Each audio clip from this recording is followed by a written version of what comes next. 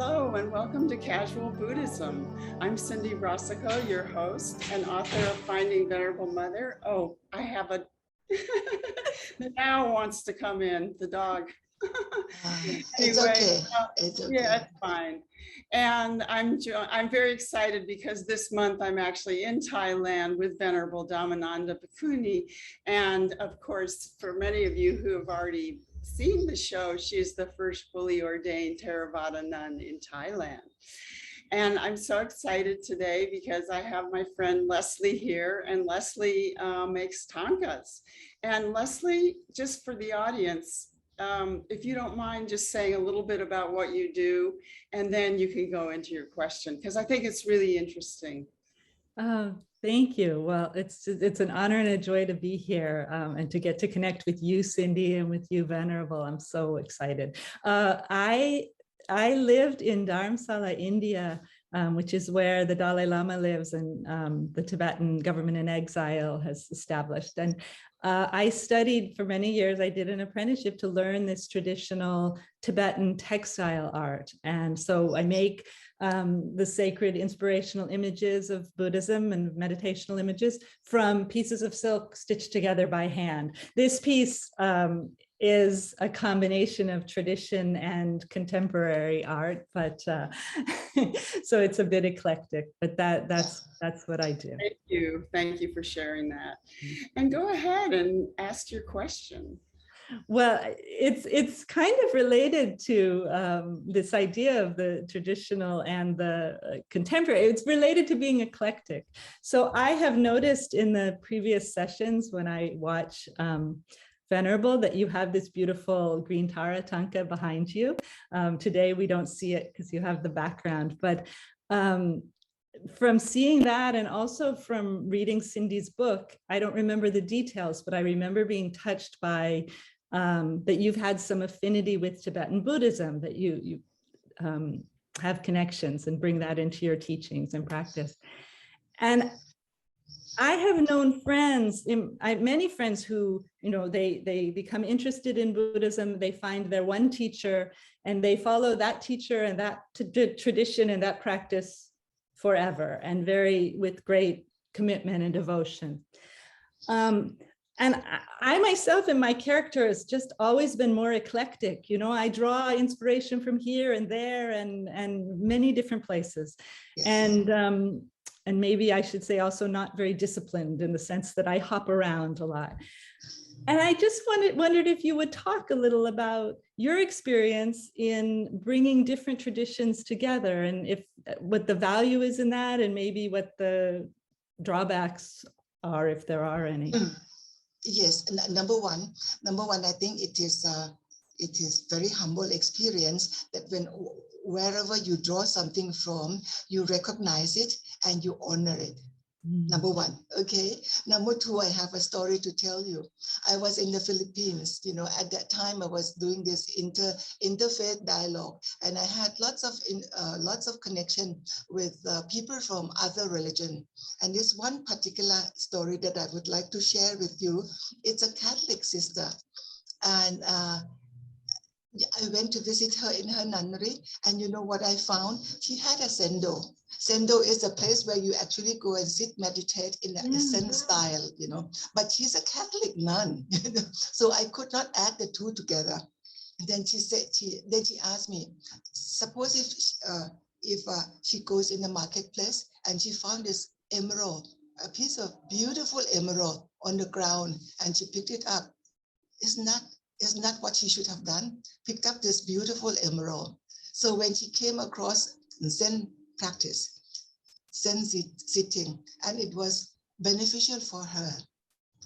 So that's why she is having Zendo in her nunnery.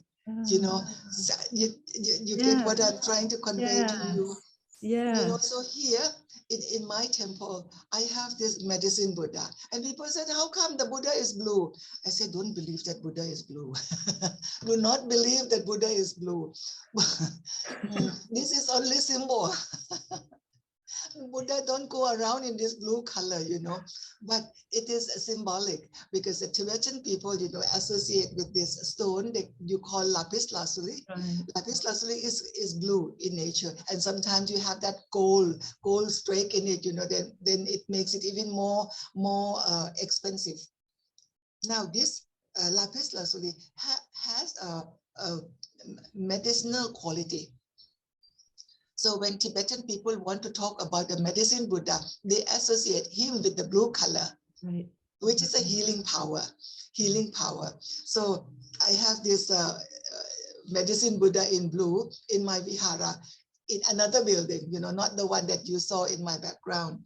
And then most of the Thangka paintings that I have in our temple done by my son. But what I did, I usually have this postcard, just a postcard size, you know, the one I collected from Dharamsala. And then I would give it to him, and this is your homework. I like this, but I like it big, you know. Oh, wow. How wonderful. So eventually the first one he did for me was 1, 2, 3.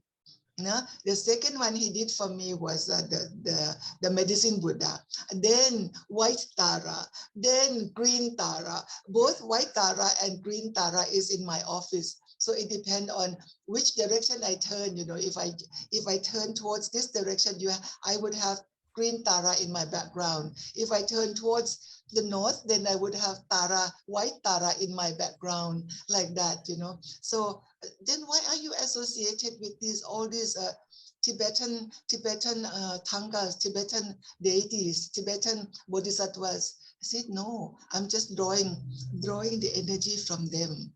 Yeah. And to me, they are not Tibetan. They are not Tibetan to me, you know. So it is really, I know where they are from. I know the history behind it. I know the meaning of having green Tara here, the historical connection between white Tara and green Tara in the history of Tibet, like that, you know. I know where it is from. I know why I could actually draw source of strength from them, you know. It doesn't have to be Thai Buddhism only.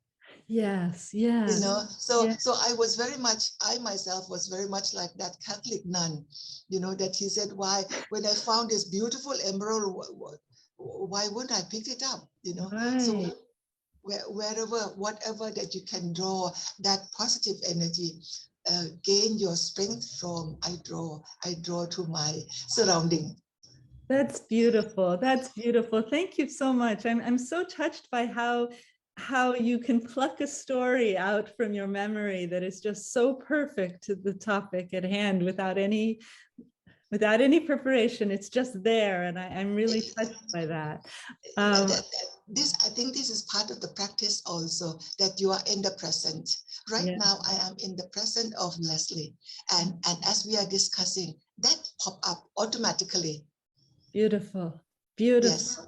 Beautiful. I'm also really touched by what you said about, you know, if I'm facing this direction, I have white Tara behind me. If I face this direction, I have green Tara, and I'm surrounded by the energy. And I have described myself when I was doing my apprenticeship, when I was learning to make the tankas, I said it's something like just hanging out with the Buddhas. It's like having the Buddhas surrounding all around, having tea with them, you know. And I couldn't imagine any better company. Yes, true. Oh, that's wonderful. But I do it the Tibetan style also, you know, that I don't, this green Tara or white Tara is not my wall decoration. It is my object of veneration. So I would have a curtain. Yes. And only when I pay respect to them, then I draw the curtain open, I pay respect to them, and then I close the curtain. Yes. Yeah. And I just wanted to say, with the medicine Buddha here, I had an incredibly strong connection to the medicine Buddha. And I think that the belief that I have in the divine quality of the healing power of the Buddha actually helped me heal when I was going through a lot of back problems. And it's a very special connection. I wonder, Venerable, if you could talk about what makes this is sort of curious, what makes people more connected to one deity than another? Or what, I'm just curious. Yes, I think it's what we have had in ourselves, previously. It connects better. Like even the Buddha, he said that his teaching will not fit everyone, because it will be meaningful to those whom he already had some connection before, previously. Like sometimes, in this one particular case, the monks, the newly ordained monks, they were making noise and they were not quite respectful to the Buddha. So the Buddha sent Mahamoggallana, his disciple. And these monks, these newly ordained monks, they had better connection with Moggallana. You see, even the Buddha, so the Buddha sent Moggallana to address this group of monks, and Moggallana went and talked to them and then brought this large crowd of newly ordained monks to pay respect to the Buddha and addressing them that now this is my teacher. They have so much respect for Moggallana himself, but they did not have close connection with the Buddha. So it was through Mahamoggallana that these newly ordained monks then pay respect to the Buddha. So that connection, which we had before with this particular group of people, this particular energy from Tara, maybe more on white Tara than green Tara, that's your connection that you have built up in your conscious mind. That's really interesting. I've never heard you talk about that before. Thank you.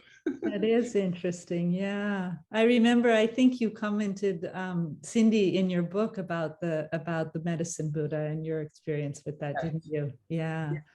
I'm a little sad because the medicine Buddha is being renovated right now, so I haven't been able to actually see the Buddha. But maybe I'll take a peek. It's the building, it's the vihara. The building is being renovated. Yes, not the actual Buddha. Not the actual. The Buddha is inside. Buddha inside. The Buddha never need renovation. Oh. Well, Leslie, what are you practicing now in your daily practice? I'm just curious. Well, I mean, that would be another question that I have sometimes, because I have phases of my life where I'm very drawn to do sitting meditation and practice in a formal kind of way.